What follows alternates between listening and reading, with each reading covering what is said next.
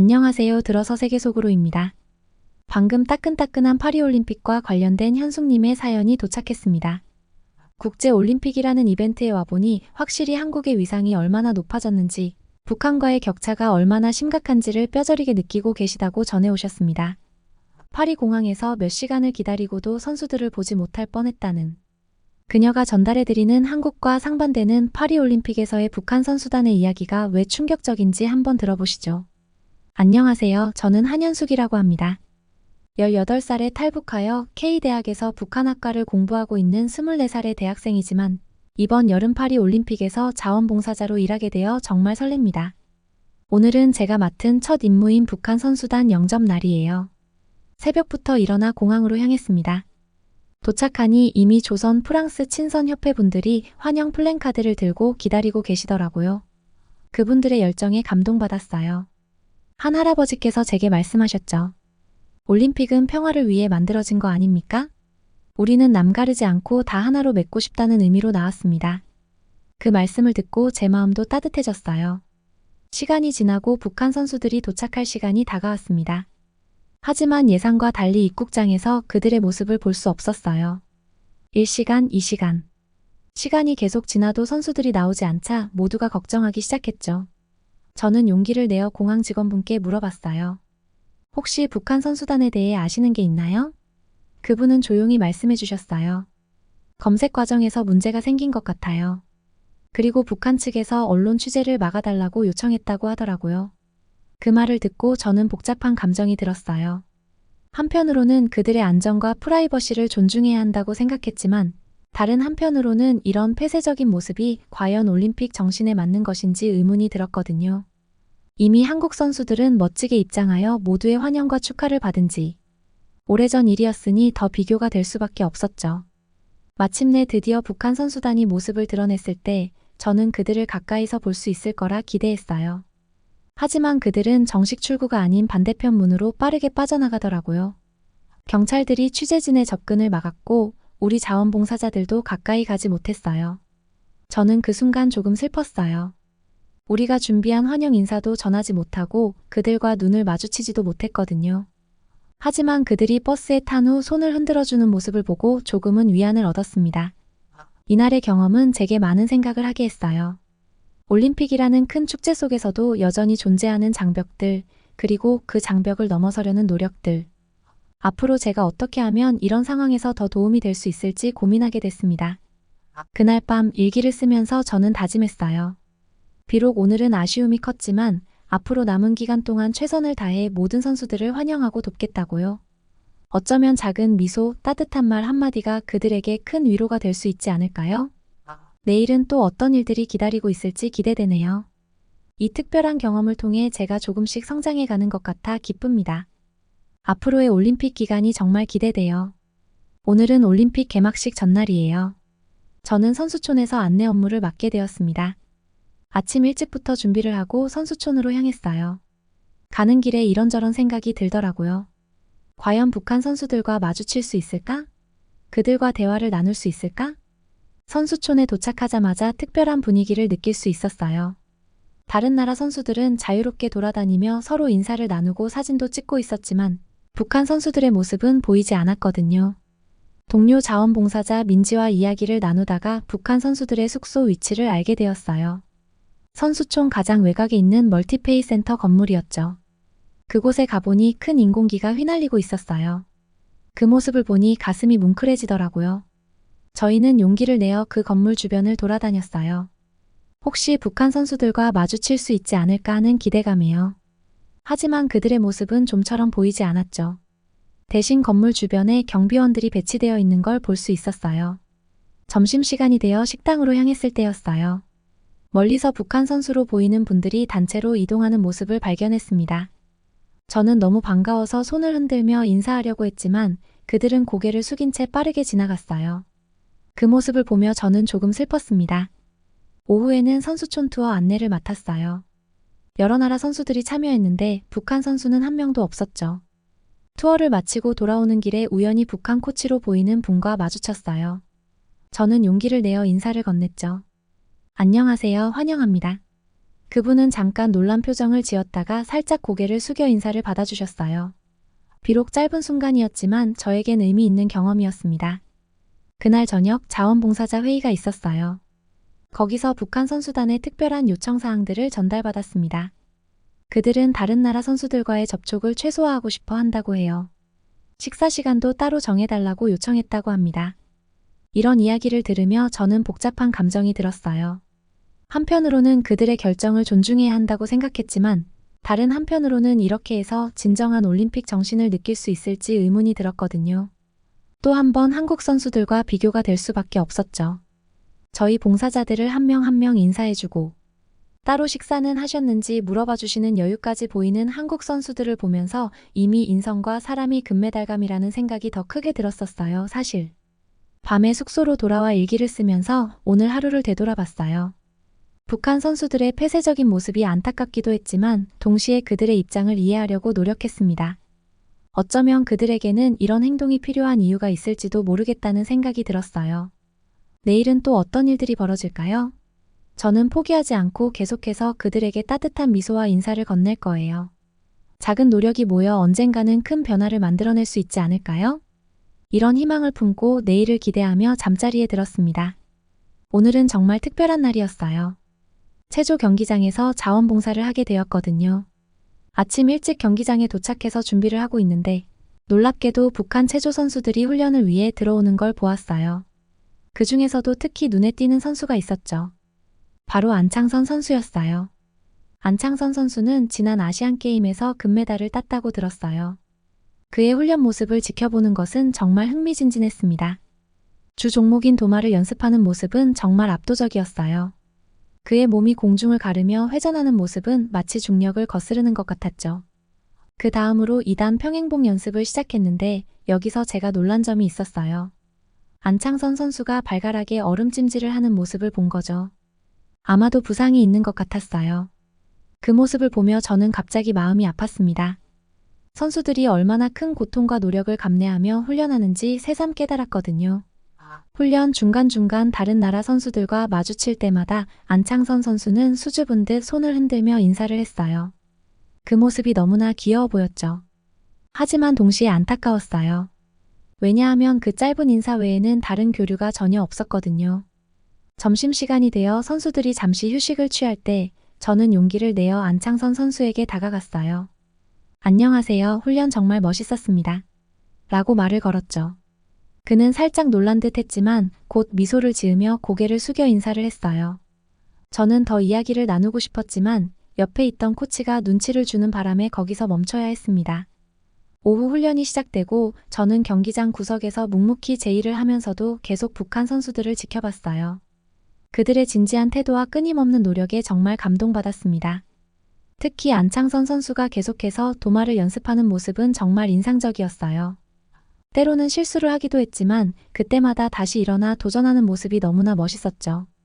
훈련이 끝나갈 무렵 몇몇 기자들이 안창선 선수에게 인터뷰를 요청했어요. 하지만 그는 정중하게 거절했죠. 그 모습을 보며 저는 다시 한번 북한 선수들의 특수한 상황을 실감했어요. 그들에게는 자유롭게 자신의 생각을 표현하는 것조차 어려운 일일 수 있겠다는 생각이 들었거든요. 그날 밤 숙소로 돌아와 이 모든 경험을 정리해 보았어요. 북한 선수들의 열정과 노력, 그리고 그들이 처한 특수한 상황에 대해 깊이 생각해 보게 되었습니다. 한편으로는 그들의 뛰어난 기량에 감탄하면서도 다른 한편으로는 그들이 겪는 제약에 안타까움을 느꼈어요. 취침 전 저는 SNS에 오늘의 경험을 간단히 공유했어요. 물론 북한 선수들의 프라이버시를 존중해 구체적인 내용은 적지 않았지만 그들의 열정과 노력이 얼마나 감동적이었는지 표현했죠. 그리고 우리 모두가 스포츠를 통해 하나가 될 수 있다는 희망적인 메시지도 덧붙였어요. 잠들기 전 저는 내일 다시 만날 북한 선수들을 생각하며 미소 지었어요. 비록 그들과 깊은 대화를 나누긴 어렵겠지만 제 따뜻한 미소와 응원의 마음만큼은 꼭 전하고 싶었거든요. 이렇게 하루하루 작은 변화들이 쌓여 언젠가는 큰 벽을 허물 수 있지 않을까요? 오늘은 파리올림픽 조직위원회에서 진행하는 선수촌 미디어 투어에 자원봉사자로 참여하게 되었어요. 아침 일찍 일어나 설레는 마음으로 선수촌으로 향했죠. 오늘은 특별히 북한 선수단의 숙소도 볼 수 있다고 해서 더욱 기대가 컸어요. 선수촌에 도착하자마자 눈에 띄는 건 역시 각국의 국기였어요. 그 중에서도 북한의 인공기가 선수촌 외곽 건물에 크게 걸려있는 모습이 인상적이었죠.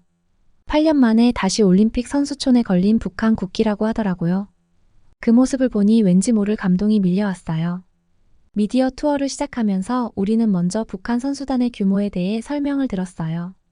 총 16명의 선수가 왔다고 해요. 남자 4명, 여자 12명이라고 하더라고요. 생각보다 적은 인원이라 조금 놀랐어요. 그들이 출전하는 종목도 알게 되었는데 체조와 육상, 복싱, 다이빙, 유도 등 7개 종목이래요. 북한 선수단의 숙소로 향하는 동안 저는 계속 주변을 둘러보며 혹시 북한 선수들을 볼 수 있을지 살폈어요. 하지만 아쉽게도 그들의 모습은 보이지 않았죠.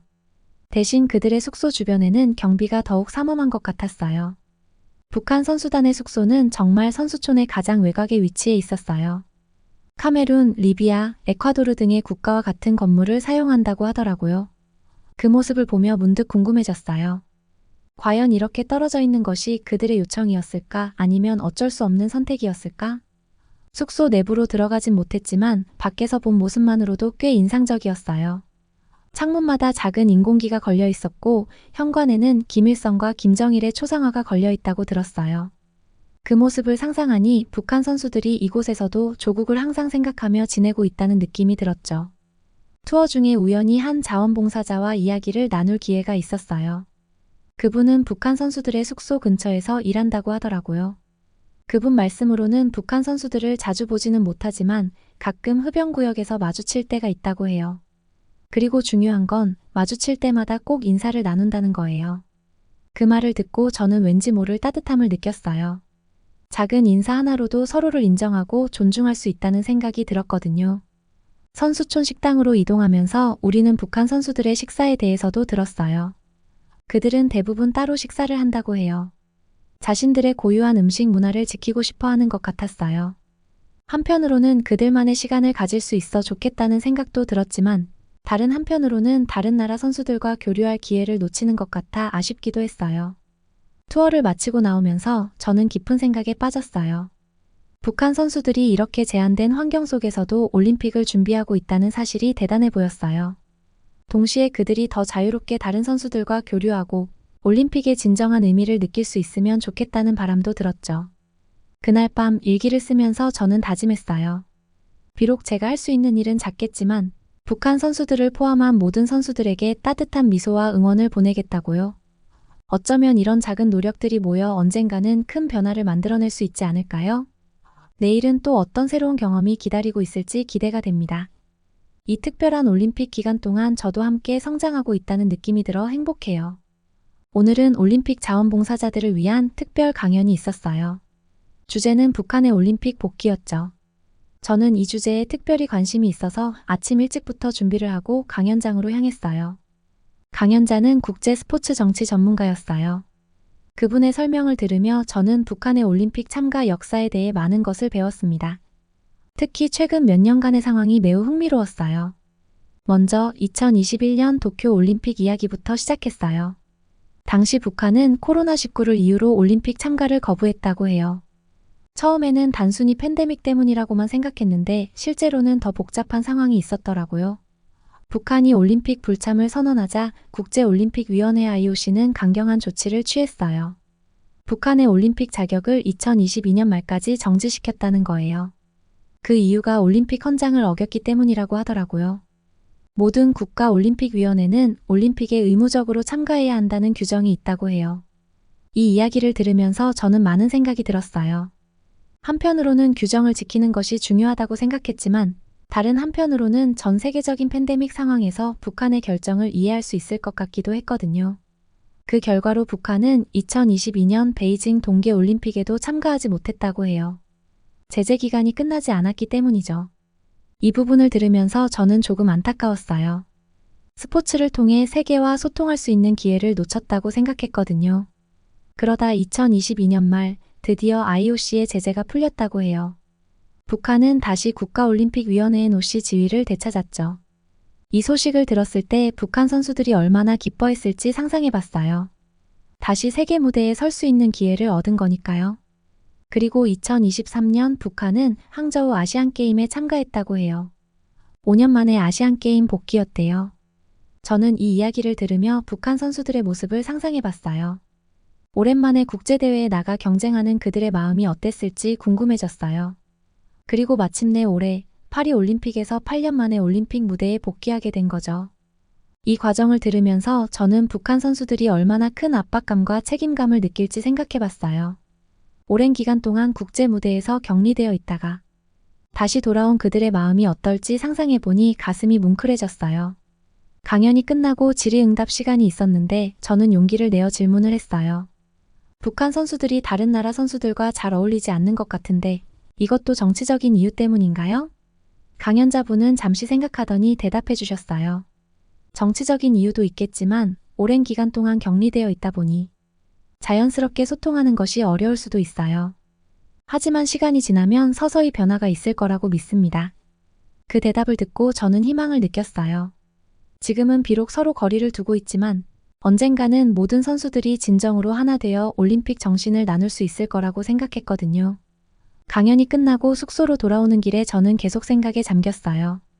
북한 선수들의 과거와 현재 그리고 미래에 대해서요. 그들이 겪었을 어려움과 극복의 과정 그리고 앞으로 마주하게 될 도전들까지. 오늘 배운 내용을 정리하면서 저는 제가 할 수 있는 일이 무엇일지 고민했어요. 비록 작은 일이겠지만 북한 선수들을 포함한 모든 선수들에게 따뜻한 미소와 응원을 보내는 것. 그리고 그들의 이야기를 이해하고 공감하려 노력하는 것. 이런 작은 노력들이 모여 언젠가는 큰 변화를 만들어낼 수 있지 않을까요? 내일은 또 어떤 새로운 경험이 기다리고 있을지 기대됩니다. 이 특별한 올림픽 기간 동안 저도 함께 성장하고 있다는 느낌이 들어 행복해요. 앞으로 남은 올림픽 기간 동안 북한 선수들의 활약도 기대되고 그들과 다른 나라 선수들 사이의 교류도 조금씩 늘어나길 바라게 되었습니다. 잠자리에 들기 전 저는 SNS에 오늘 배운 내용을 간단히 정리해서 올렸어요. 북한의 올림픽 복귀 과정과 그 의미에 대해 제 나름대로 생각을 정리했죠. 많은 사람들이 북한 선수들의 상황을 이해하고 응원해주길 바라는 마음에서요. 다음 날 아침 일찍 일어나 선수촌으로 향했어요. 오늘은 체조 경기장에서 자원봉사를 하게 되었거든요. 혹시 북한 체조 선수들을 다시 볼 수 있을까 하는 기대감도 있었죠. 경기장에 도착하자마자 분주히 준비를 시작했어요. 그러다 문득 훈련장 한쪽에서 북한 선수들을 발견했어요. 그들은 다른 선수들과 약간 떨어져서 훈련하고 있었죠. 하지만 어제들은 강연 내용을 떠올리며 저는 그들의 모습을 새로운 시각으로 바라보게 되었어요. 훈련이 한창일 때 우연히 북한 선수 한 명과 눈이 마주쳤어요. 저는 용기를 내어 미소를 지어 보였죠. 잠시 망설이는 듯하던 그 선수도 살짝 미소를 지어주었어요. 그 작은 교류만으로도 제 마음이 따뜻해졌습니다. 점심시간 저는 동료 자원봉사자들과 이야기를 나누며 북한 선수들에 대한 제 생각을 공유했어요. 처음에는 다들 조금 놀란 듯 했지만 이내 관심 있게 들어주더라고요. 우리는 함께 어떻게 하면 모든 선수들이 더 편안하게 지낼 수 있을지 이야기를 나눴어요. 오후 훈련 시간 저는 더욱 적극적으로 북한 선수들에게 다가가 보기로 했어요. 물론 그들의 사생활과 규율을 존중하면서요. 수건이나 물병을 건네주는 등 작은 도움을 주려고 노력했죠. 처음에는 어색해하던 그들도 점차 경계를 풀고 감사의 뜻을 표현해 주었어요. 하루를 마무리하며 저는 큰 보람을 느꼈어요. 비록 작은 변화였지만 분명 무언가가 달라지고 있다는 느낌이 들었거든요. 북한 선수들과 다른 선수들 그리고 자원봉사자들 사이의 거리가 조금씩 좁혀지고 있다는 희망이 생겼어요. 숙소로 돌아와 일기를 쓰면서 저는 다시 한번 다짐했어요. 앞으로도 계속해서 모든 선수들을 평등하게 대하고 서로 이해하고 존중하는 분위기를 만들어가는데 기여하겠다고요. 이것이 진정한 올림픽 정신이 아닐까요? 내일은 또 어떤 새로운 경험과 만남이 기다리고 있을지 기대됩니다. 이 특별한 올림픽 기간이 모두에게 의미 있는 시간이 되길 바라며 저도 함께 성장해 나가고 싶어요. 작은 변화들이 모여 큰 변화를 만들어낼 수 있다는 믿음을 가지고 내일도 열심히 노력해야겠어요. 이렇게 저의 올림픽 자원봉사 이야기는 계속되고 있어요. 매일매일이 새로운 도전이고 배움의 연속이지만 그만큼 보람차고 의미 있는 시간들이에요. 앞으로 남은 기간 동안 더 많은 것을 경험하고 배우고 싶어요. 그리고 이 소중한 경험들을 통해 제가 조금이나마 세계 평화와 이해에 기여할 수 있기를 바랍니다. 또한 느끼셨겠지만 이미 탈북한 지 몇 년이 지났지만 제가 낳고 유소년기를 자란 북한이라는 나라에 관심을 갖고 언제든 한국과 북한의 관계에 있어 더욱 노력을 할 계획입니다. 국제올림픽이라는 이벤트에 와보니 확실히 한국의 위상이 얼마나 높아졌는지, 북한과의 격차가 얼마나 심각한지를 뼈저리게 느낀 경험과 기회가 되었던 만큼 이 시간들을 계기로 더 많은 노력들을 통해 나아갈 수 있도록 많은 응원 부탁드립니다. 제 이야기를 들어주셔서 감사합니다. 대한민국 화이팅! 당찬 현숙님의 이야기를 들으니 파리올림픽에서 북한 선수들이 어떤 성과가 나올지 참으로 궁금해진다는 더 큰 관심이 생겼습니다. 이번 파리올림픽에서 출전한 북한 선수들의 성과는 어떨까요? 그리고 북한이라는 나라의 국가가 프랑스 땅에 울려 퍼질 수 있을까요, 과연? 오늘도 시청해주셔서 감사합니다.